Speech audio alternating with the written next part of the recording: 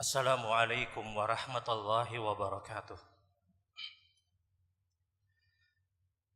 Innal hamdalillah nahmaduhu wa nasta'inuhu wa nastaghfiruh wa na'udzu billahi min syururi anfusina wa min sayyiati a'malina.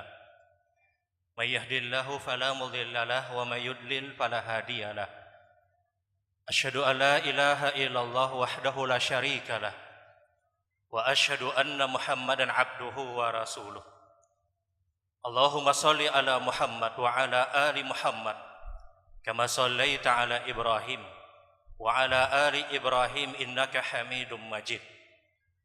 Allahumma barik ala Muhammad wa ala ali Muhammad kama barakta ala Ibrahim wa ala ali Ibrahim innaka Hamidum Majid. Qala Allah Ta'ala ya ayyuhalladzina amanu taqullaha haqqa tuqatih wa la tamutunna illa wa antum muslimun. Ya ayyuhan nasu taqu rabbakumul ladzi khalaqakum min nafsin wahidah wa khalaqa minha zawjaha wa batha minhuma rijalan katsiran wa nisaa'a wattaqullaha alladzi tasaaluna bihi wal arham innallaha kana 'alaikum raqiba. Ya ayyuhalladzina amanu taqullaha wa qulu qawlan sadida yuslih lakum a'malakum wa yaghfir lakum dhunubakum wa may yuti'illaha wa rasulahu faqad faza fawzan 'azima. Ma'asyiral muslimin, ikhwanu fid din rahimakumullah. Allahu akbar. Allahu akbar. La ilaha illallah wallahu akbar. Allahu akbar walillahil hamd. Ketahuilah, camkan dan pastikan sesungguhnya seluruh pujian itu hanya ada dan melekat kepada Allah Rabbul Izzati Tabaraka wa Ta'ala. Kita bersyukur kepada Allah Subhanahu wa Ta'ala atas segala limpahan nikmat anugerah yang telah Allah berikan kepada kita semua. Dipastikan kita tidak akan mampu untuk menghitung, mengkalkulasi berapa sudah nikmat yang Allah berikan kepada kita. Dipastikan kita tidak akan pernah berlepas dari nikmat yang Allah berikan kepada kita. Wa ma bikum bi ni'matin faminallah. Kalian tidak akan pernah mampu berlepas dari nikmat yang Allah berikan. Ikhwanu fiddin rahimakumullah. Hari ini kita berada pada hari raya Idul Fitri. Inilah hari kemenangan, hari yang ditunggu oleh segenap dan seluruh kaum muslimin. Hari yang memang benar-benar kita dituntut untuk berbahagia. Semakin kuat rasa bahagianya kita, semakin kuat rasa senangnya kita pada hari ini, maka semakin besar pahala yang Allah berikan. Nabi sallallahu alaihi wasallam beliau pernah bersabda, "Kana lakum yaumani tal'abuna fihima wa qad abdala lakumullahu khairum minhuma yaumul fitri wa yaumul adha." Dahulu kata Nabi, kalian punya dua hari yang kalian banggakan, dua hari yang kalian bersukacita, dua hari yang kalian bergembira. Datang Islam mengganti dua hari yang dulu kalian berbangga dan berbahagia. Dua hari yang lebih layak kalian berbahagia. Dua hari tersebut kata Rasulullah adalah hari raya Idul Fitri dan hari raya Idul Adha. Kita berada pada hari raya Idul Fitri. Kita berada pada hari kemenangan. Kita berada pada hari yang sekarang kaum muslimin memuja dan memuji Allah, mengagungkan Allah Subhanahu wa Ta'ala. Allahu akbar, Allahu akbar, Allahu akbar. Ma'asyiral muslimin, ikhwanu fiddin rahimakumullah. Sesungguhnya tujuan pokok dari semua ibadah-ibadah yang kita kerjakan, dari semua pengorbanan apapun yang kita lakukan pada kehidupan dunia ini adalah kita sama punya tujuan pokok untuk berada dalam rahmat Allah Subhanahu wa Ta'ala, untuk berada di dalam surga Allah Subhanahu wa Ta'ala. Inilah tujuan utama kita, target besar kita, harapan kita, keinginan kita. Semua kelelahan-kelelahan yang berkaitan dengan ibadah yang kita bangun, puasanya kita, sholatnya kita, sedekahnya kita, zikirnya kita, kebaikan apapun yang kita hadirkan, kita punya tujuan yang sama untuk berada dalam surga Allah Subhanahu wa Ta'ala. Satu tempat yang pernah dinyatakan Nabi sallallahu alaihi wasallam, la ainun ra'at wala udhunun sami'at wala khatarin ala qalbil bashar. Ketahuilah kata Rasulullah, surga yang Allah janjikan, yang diperuntukkan untuk kaum muslimin, diperuntukkan untuk kaum mukminin, Kenikmatannya kata Rasul tidak akan pernah kalian bayangkan dengan mata-mata kalian. Tidak akan pernah kalian bayangkan dengan pendengaran kalian. Sehebat apapun cerita sorga, sebagus apapun cerita sorga yang pernah kalian dengar, maka sorga lebih dari apa yang pernah kalian dengar. Wala khatarin ala qalbil bashar. Sehebat apapun daya hayal seseorang untuk berhayal bagaimana kenikmatan-kenikmatan sorga, maka lebih dari apa yang pernah kalian hayalkan. Yang setiap orang mendapatkan kenikmatan, dia terus memuji Allah Subhanahu wa taala. Inilah sorga, satu tempat yang memang benar-benar kita target pada kehidupan akhirat. Rasul sallallahu alaihi wasallam beliau pernah menjelaskan bagaimana pintu-pintu sorga yang akan dimasuki oleh kaum muslimin. Ada 8 pintu sorga kata Nabi sallallahu alaihi wasallam. Di antaranya adalah ada yang dikenal dengan istilah babus salat, pintu orang-orang yang banyak mengerjakan salat. Di sorga kata Rasul ada pintu yang dikenal dengan istilah babul jihad, orang-orang yang berjihad, orang-orang yang memperjuangkan agama Islam. Di sorga kata Nabi ada babur royan, pintu orang-orang yang diperuntukkan untuk orang-orang yang berpuasa. Boleh jadi Ramadan yang baru saja kita selesaikan, Ramadan yang baru saja kita tuntaskan, ini yang mengantarkan kita masuk ke dalam sorga melalui pintu babur royan. Di sorga kata Nabi ada pintu kadzibin al-ghaidha wal 'afina 'anil nas. Di sorga kata Nabi ada pintu yang diperuntukkan untuk orang yang mau memaafkan kesalahan orang lain, berlapang dada dari kesalahan orang lain. Dia mungkin bukan ahli tahajud, dia mungkin bukan ahli shaum, dia mungkin bukan ahli Al-Quran, tapi dia mudah untuk memaafkan kesalahan orang lain. Di sorga kata Nabi ada pintu orang-orang yang punya akhlak yang sangat baik, orang yang sangat santun. Dia mungkin tidak kuat hablum minallahnya, tapi dia bukan orang yang pernah melakukan kezaliman kepada orang lain. Dan di sorga juga ada pintu birru walidain, pintu berbakti kepada kedua orang tua. Kita akan fokus pada pintu birru walidain. Satu pintu yang pernah dinyatakan Nabi sallallahu alaihi wasallam, pintu yang paling mudah dimasuki oleh kaum muslimin. Pintu yang dirindukan oleh seluruh kaum muslimin sebagaimana kita juga merindukan kedua orang tua kita. Pintu birru walidain itu diletakkan di tengah-tengah dari pintu sorga yang lain. Kenapa? Ini pintu yang paling mudah untuk dimasuki. Ingat, kita hanya bermodal orang tua kita meridhoi kita mudah untuk berada di dalam sorga Allah Subhanahu wa taala.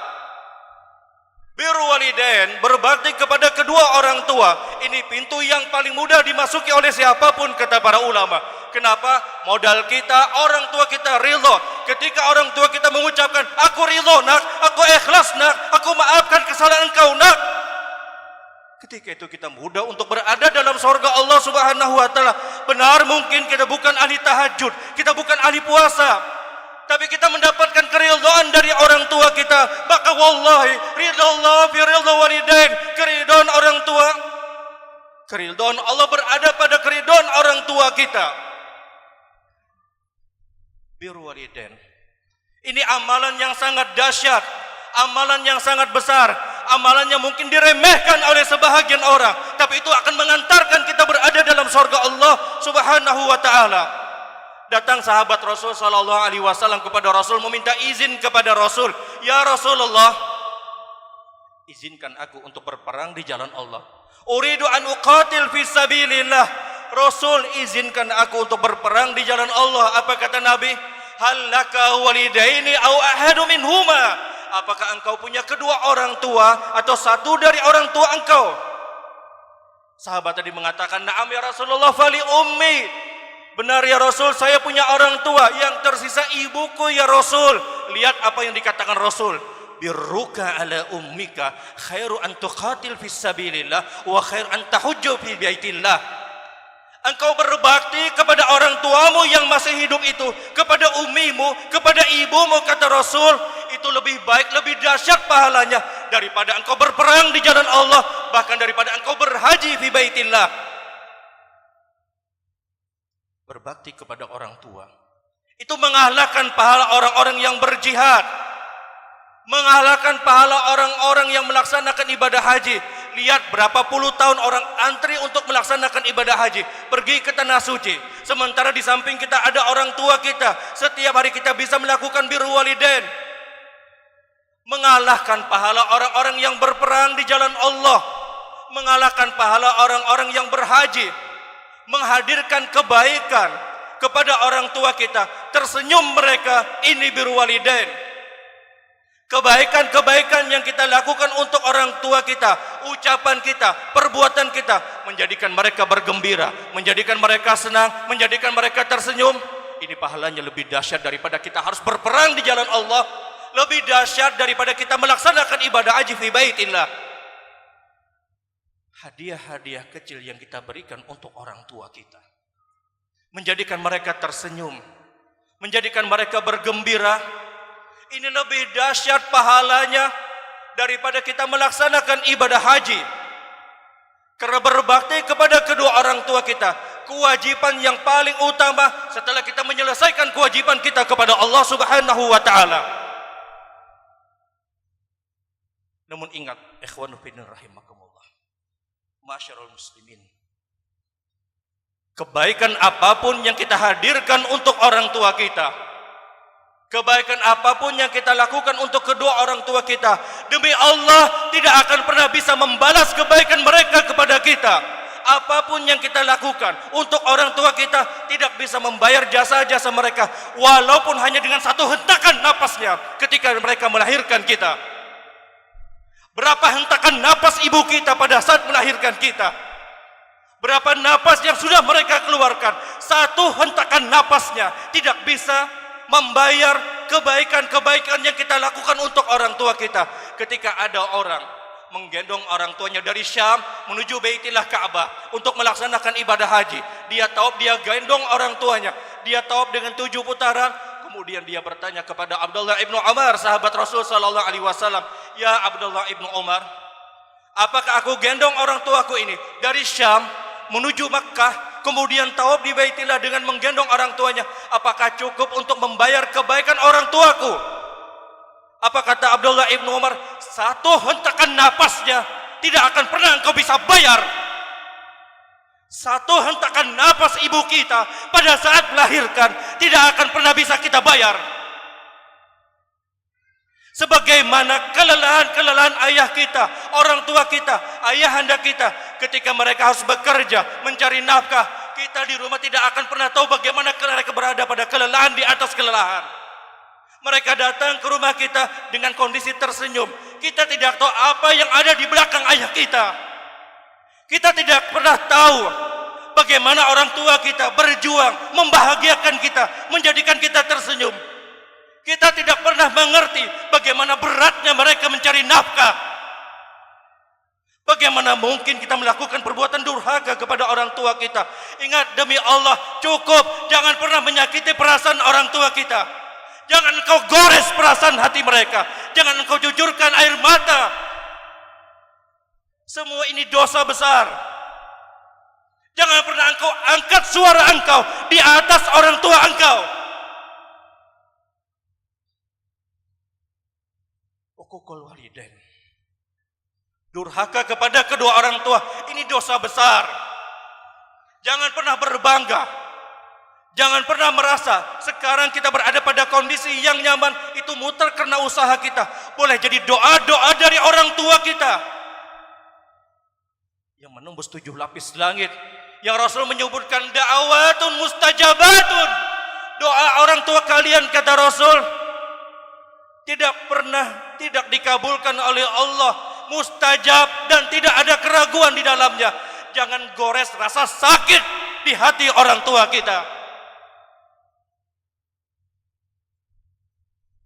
Ikhwanu fiddin rahimakumullah. Siapapun dari kita yang masih punya orang tua, itu pintu sorga kita. Itu pintu sorga yang kita rindukan, sebagaimana juga kita merindukan orang tua kita. Siapapun yang sekarang masih punya orang tua, 2 orang tua atau 1 dari orang tua, raih tangan mereka, cium tangan mereka, minta ampun kepada mereka atas kesalahan-kesalahan yang mungkin sudah pernah kita lakukan.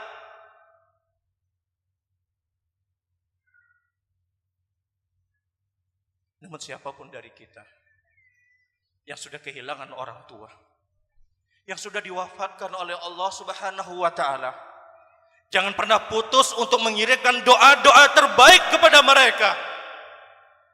Terus bermohon, berdoa kepada Allah untuk kedua orang tua kita yang mungkin sudah diwafatkan oleh Allah Subhanahu wa Ta'ala. Kirim doa terbaik dalam setiap kesempatan di dalam doa-doa kita untuk orang tua kita, sebagai bukti wujud kita berbakti kepada orang tua kita. Kirim sedekah-sedekah terbaik untuk orang tua kita. Ketika seorang perempuan datang kepada Rasul sallallahu alaihi wasallam, dia berkata, "Ya Rasulullah, inna ummi tuwfiyat." Ya Rasul, ibuku telah meninggal dunia. Fa ana ghaibu indaha. Saya tidak hadir ketika itu ya Rasul. Afa atasaddaqa anha ya Rasul? Apakah aku boleh bersedekah untuk ibuku yang sudah meninggal ya Rasul? Kata Nabi, tasaddaq anha, sedekah itu pahalanya sampai. Ikhwanu fillah rahimakumullah. Kita yang orang tua, yang punya anak, kalaulah seandainya mereka punya kesalahan kepada kita, maafkan. Ini hari yang fitri, ini hari yang suci, ini yang hari kita dituntut untuk berbahagia.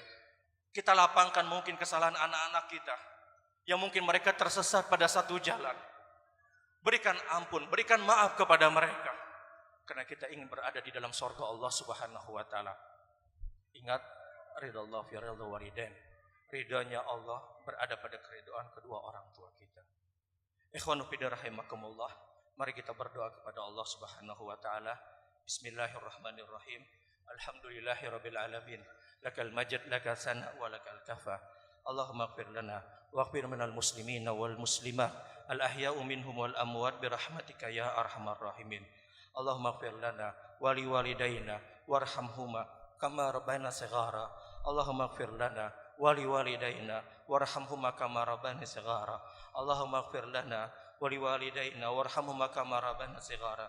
Ya Allah, ampuni dosa-dosa kami, dosa seluruh kaum muslimin, dosa seluruh kaum muslimat, dosa seluruh kaum mukminin dan kaum mukminat yang masih hidup ataupun yang sudah meninggal dunia. Ya Allah, ampuni dosa-dosa orang tua kami, dosa orang-orang tua kami yang sudah meninggal dunia.